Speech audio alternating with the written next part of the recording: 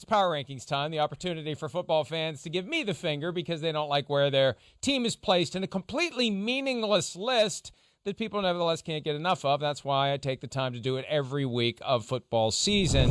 This week we asked Twitter for some input to help shape the discussion as we unveil, sort of. I posted them yesterday at PFT, but we unveil them for these purposes. The Steelers at number 1, Christopher, the last unbeaten team, the new Kings of the Hill. They're holding off the Chiefs at number 2. I don't care if the Chiefs would beat the Steelers, and frankly, I'm not sure they would.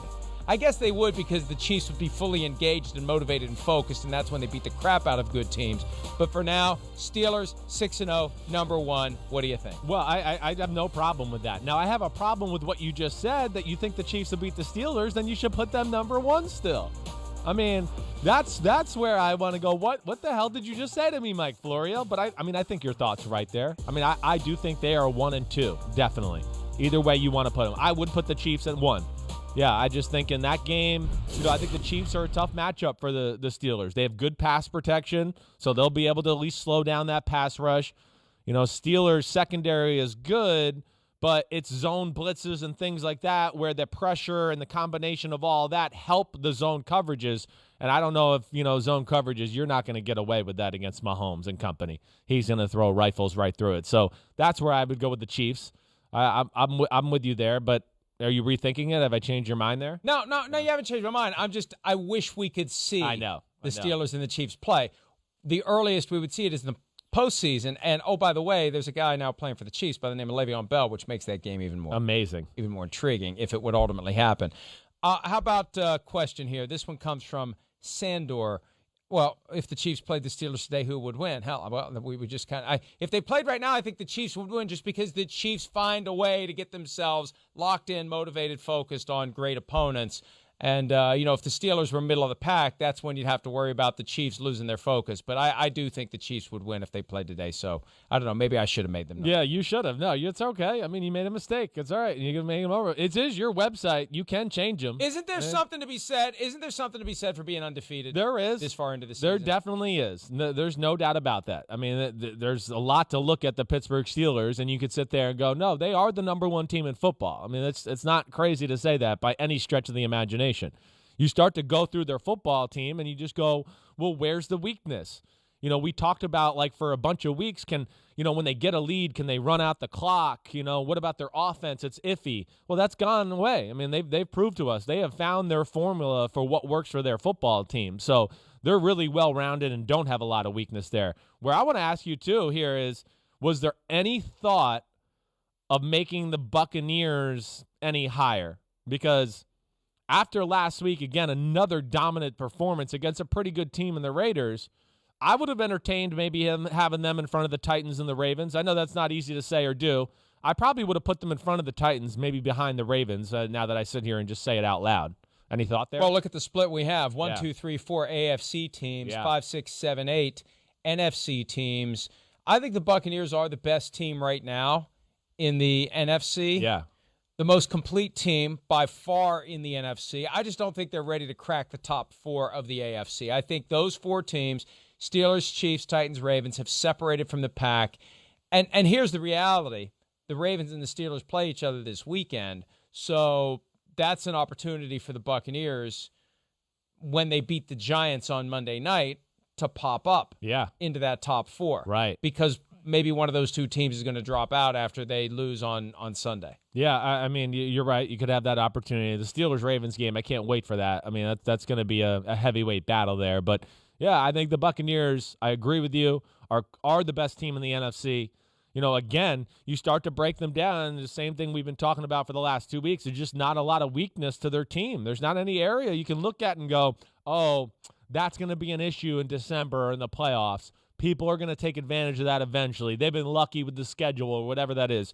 I just don't see any area to where no matter who they played, if they had to play the Ravens, I'd go, well, Buccaneers are big enough, and they can handle the run game of Derrick Henry or Lamar Jackson. And if they had to play the Chiefs, I'd go, well, they can rush the passer, and their secondary is good enough to hang in there with the Chiefs and all that stuff too, to where, again, the Buccaneers continue to impress. And I know you got the Packers and Seahawks right there, but I would put them there too as well. But the Saints are the other team I've started to look at, too, to go, ooh, they're starting to look like, to me, they're getting close to that second-best team in the NFC conversation, too.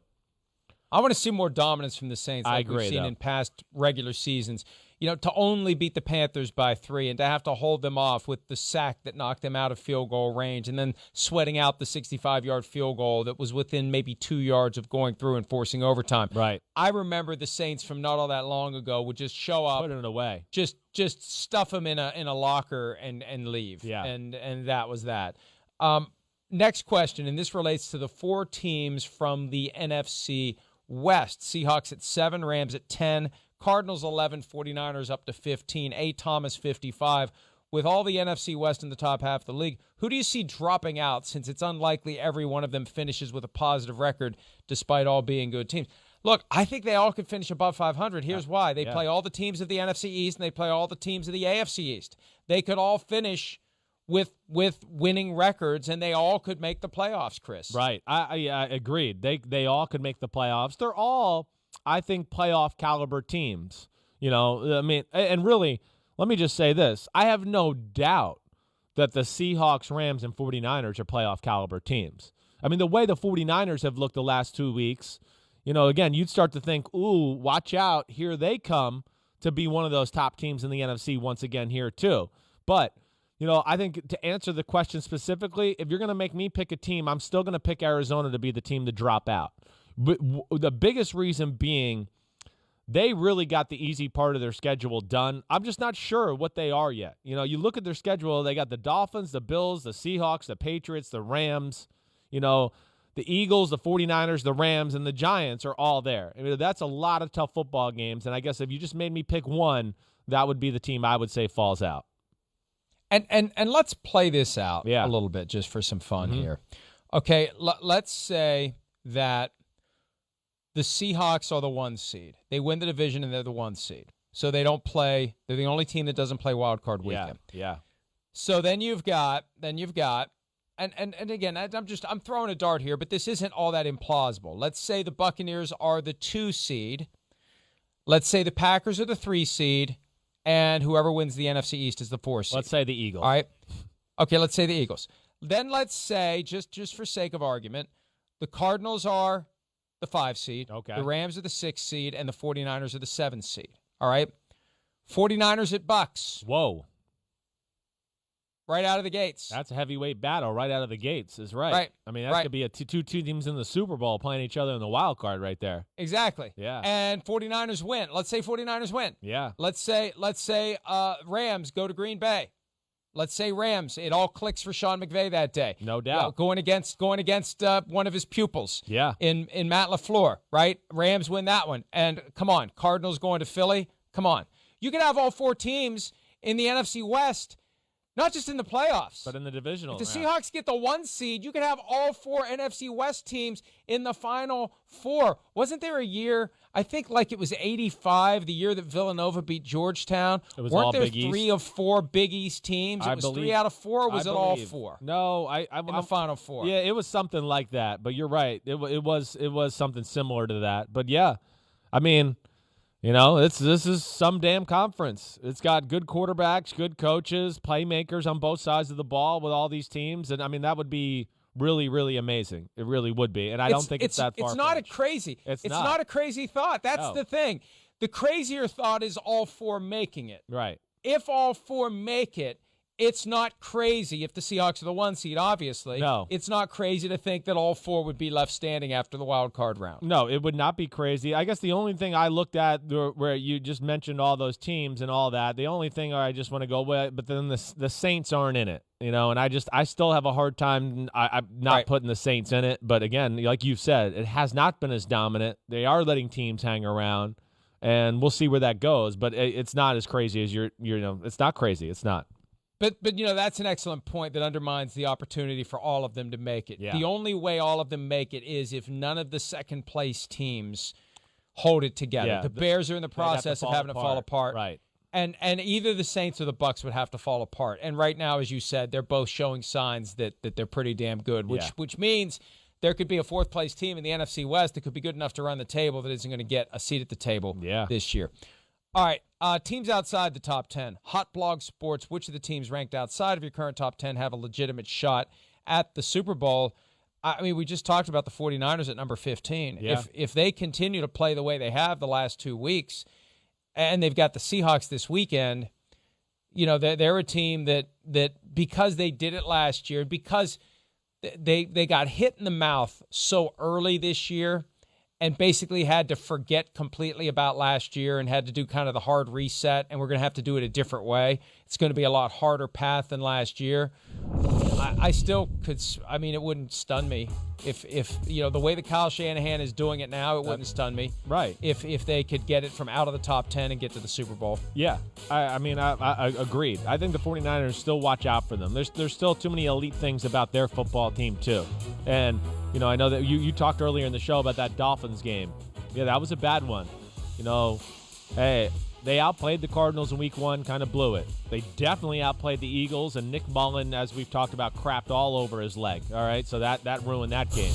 You know, so the record's a hair misleading, and I think they are getting healthy, and you start to say, watch out. And even without Nick Bosa and stuff, you see their defense is still very talented, still a really good defensive line, and linebackers are phenomenal. And like you said, the Shanahan aspect and them being able to run the ball, and Debo Samuel and Ayuk and Kittle, and if Mostert's healthy, I mean, that's as good of a four-man skill guy as you can find in football, and they can do everything. I mean, the damn tight end can run speed sweeps like Debo Samuel and Brandon Ayuk. So I would say watch out for them. The other team I would just say right outside of your top 10 that I'm still, you know, got a little something on there. As I said, the Colts. Because of that defense and that O-line, and Frank Reich being creative, and Phillip Rivers can make plays. You know, I know he can mess it up too. I would still hold out of them as one of those teams I'd go, they have some playoff Super Bowl-ish type traits to their football team to where the right matchups arise in the playoffs. Who knows? Maybe they could get in. Let's take a look beyond the top 16 and an important question from Rich. Before that, the Patriots at number 17. And a question raised by Pete in the sheets we use to communicate with each other. Is this the first time that the Patriots have been out of the top half in the history of the PFT Power Rankings? And you know what? It probably is the first time. I mean, we've been doing them since the early days of the website, and other than 2002, when they finished 9-7, and you're still going to be in the top half with a 9-7 record, you're just not a playoff team. This probably is the first time, and I gave them the benefit of the doubt. Yeah, you did. For so long. Right. And I kept thinking, this team is far better than the record suggests, and you know what? You lose that badly at home and look that badly with 3 interceptions and Cam Newton, just whatever's wrong with him, I don't know that it's fixable quickly. You're not going to stay in the top half. You're at the very top of the bottom half, but you're not staying in the top half, Chris. Yeah, I mean, I got no problem with that. The way they played, yeah, there's issues there. Cam Newton's not been smooth. I mean, the lack of practice, all the disruption they've had. I don't look at any teams that you have above them right now for where I sit there and just go, oh, they're definitely better than them right now at this second. I know they beat the Raiders a few weeks ago, but that was a long, long damn time ago.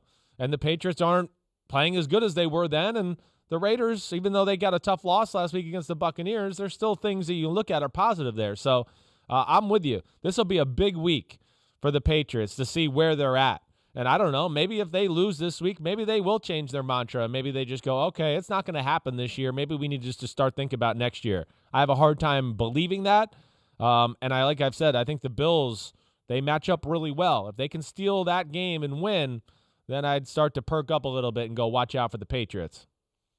Question from @Rule16Jack. If you had to assign percentages as to why the Patriots offense stinks, how would you divide it up between Cam Newton not playing well, offensive coordinator Josh McDaniels, and overall lack of talent around Newton? Well, I would go probably overall lack of talent, then followed by Cam Newton not playing well. I guess that would probably be the top thing, you know. Give me the pie chart. Give me percentages. It has to add up to 100. Well, okay. I mean, the way it is right now, I would go more of like not top-end talent. You know, that would probably be 55 to 60% of the problem.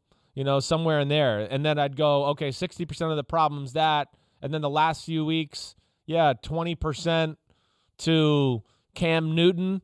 and then the offensive line, being a mishmash the first week back, and McDaniels and the game plan and Belichick and all of that, okay, I'll give them the remaining 15 to 20%. But that's kind of how I would look at it that way. Again, when they get down the way they got down last week, it's over. They don't have the team that can do that. They don't. I know people saw them do that against the Seattle Seahawks, but the Seattle Seahawks defense is the worst in football and maybe the worst we've seen in a long, long time. So that's where they're really stuck. They have to be able to run the ball and be effective there, and that helps their passing game, and they haven't been able to get into that mode a lot the last few weeks.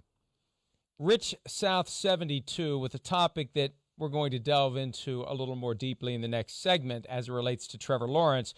But he asks this question: do you think the Patriots are tanking to get Trevor Lawrence? Well, they got a lot of tanking to do. That's for sure, because they're going to have some competition. And no, I don't. I wouldn't. Yeah, 2 wins. 2 wins disqualifies you from the Trevor Lawrence sweepstakes. I mean, really, it's looking like, the Jets have a chance to definitely go 0-16 and be that first pick. But I don't think they're tanking. I don't look at it that way. Nope. I don't expect them to. And I don't know. I mean, again, I don't expect them to be anywhere near the top pick in the draft, to where I can't imagine them trading or doing stuff like that to go get one player. I just don't think that's their belief. They're never a team that thinks, one player is going to make us better. They build teams, and then they try to get the quarterback in there that they feel like fits the team, how it's built that way, and let's work from there. So I would be shocked if they went in all in on a Trevor Lawrence type of play. And I think the idea of having that one guy that becomes the focal point face the franchise right out of the gates, I don't think they want that. I don't think they do. They try to create an environment where that doesn't exist, although it's impossible with Tom Brady around for it not to happen after all the Super Bowl wins. Right. All right, another question is there a question here? Henry Chapman. How are the Cowboys not at least 30th? I genuinely think they couldn't beat the Jets based off the past couple of weeks. And, the Cowboys are the NFC's answer to the Jets, a bad team that isn't competitive. I mean, the Giants are bad. Their record is worse, but the Giants are at least competitive. Right now, the Cowboys, Chris, aren't competitive. No, they're not. I would probably agree with your buddy or whoever that is that answered that question and go, I think the Cowboys are very worthy of the 30 or 31st team in the rankings, It's tough sledding down here. They're all not good. But if the Cowboys had to play Deshaun Watson and the Texans, I'm taking Deshaun Watson and the Texans. And I'm taking Gardner Minshew and the Jaguars over the Cowboys too. There ain't nothing to look at and go, the Cowboys will beat them. The only team I'll look at would go, Jets, okay, they'll win. I think. I'm not even totally positive, but I think they'll win. And I mean, especially right now with DiNucci at quarterback and all of that, I think that's a coin toss. So I probably would have made the Cowboys 31, Mike. You know what? I should have made them 30. In hindsight. But they beat the Giants and they have a better record than the Giants. And I get and here, look, this is self-preservation. I didn't want 50 emails from all the salty Cowboys fans out there who are clinging to, I don't know what at this point. Maybe they've all given up. Vince, our good buddy, who likes to send hostile emails anytime we don't talk favorably about the Cowboys. But if you put the Cowboys behind the Giants, you are walking into an argument that Cowboys beat the Giants, Cowboys have more wins. How are the Cowboys not? I know. Not ahead I of the know. Giants, Well, Dak so. Prescott played And most of that game against the the Giants, and that just, hey, they were fortunate to win, but they're not that same team now. So that's where you could justify it and just email them all and go, screw off, your team stinks. Here's the thing. When you're down to the low 20s, if you're arguing positioning there, you got far bigger problems than whether you're 28, 29, or 30. We're number 29. Yes. All right. 3-win teams. The Raiders at 16, the Dolphins at 18, the Panthers at 19, and the Lions at 22. Which one is a true contender for the rest of the season? I think no, I'm not going to say them. I'm going to say the Raiders right off the bat. That they're going to be, when we say contender, in that playoff conversation, hey, they play hard every week. Their offense has weapons. They can run the ball. Their defensive line is really the biggest issue on their football team. But I'll look at them. You know, I can't say the Dolphins, as much as I like a lot of the things, I got to see Tua play. Got to see Tua. Yeah, so I can't buy into that quite yet. You know, at Panthers, man, I think I'm still going to go with the Raiders if I have to pick any of those football teams. I'm going to go with the Raiders out of those four, but the Panthers and Lions certainly make me think a little bit. I thought you were going to say you picked the Raiders because they're on the cutting edge of beating the virus. That's why. They're destroying it. It's gone. In all seriousness, no, that's one of the reasons why I wouldn't pick the Raiders, because of all the incidents they've had. And you've got a coach who is delusional about it, which shows he's learned nothing about it. And you have to assume there may be another game this year where they've got guys who aren't available to practice. They still have to go forward with the game, and they're going to lose, and maybe lose badly. And at some point, you have enough of those bad losses that you just aren't a contender anymore. I think the Panthers. I like what I've seen from the Panthers. They're getting Christian McCaffrey back soon, maybe as soon as tomorrow night. Teddy Bridgewater has looked great, but for that late sack that he took that knocked him out of field goal range, I mean, they gave the Saints all they could handle. So I'll take the Panthers. And that's a team that could be very dangerous by the time January rolls around. If you let them in, if you give them a seat at the table and they've got nothing to lose, that's a team that you don't want to mess around with when the postseason rolls around. All right, last comment. It's not really a question. CT Gabe, the Jets at number 32 are way too high. They need to be relegated. I used to do it, and it gets old fast, but I would put like the best college team at 32 and then the worst NFL team at 33. But, you can only do that once or twice before it becomes cliche. But, relegate them to the CFL or the XFL. The XFL is coming back next year. Maybe the Jets should be the first team in the XFL. Hi, I'm Mike Tirico, and thanks for watching. Make sure to hit subscribe for the latest news and highlights from NBC Sports.